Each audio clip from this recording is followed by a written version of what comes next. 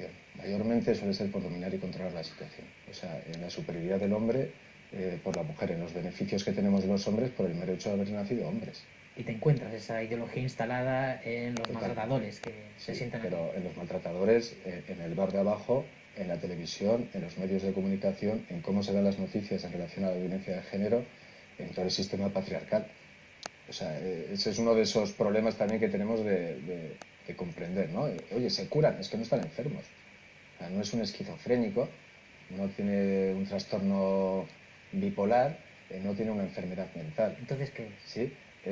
Es una ideología y una forma de pensar que te lleva a comportarte de una determinada forma, ¿sí? Y todo ello sustentado por un sistema social que permite eso. Pero la violencia no la permite. No, la violencia no, pero el sistema patriarcal sí que va a permitir el dominio de la mujer, del hombre sobre la mujer, en todos los ámbitos. Y si lo entendemos como enfermedad, lo que nos vamos a centrar es más en ese individuo y no en los cambios que hay que hacer a nivel social para que ese individuo y todos los que tienen alrededor vayan modificando su forma de relacionarse.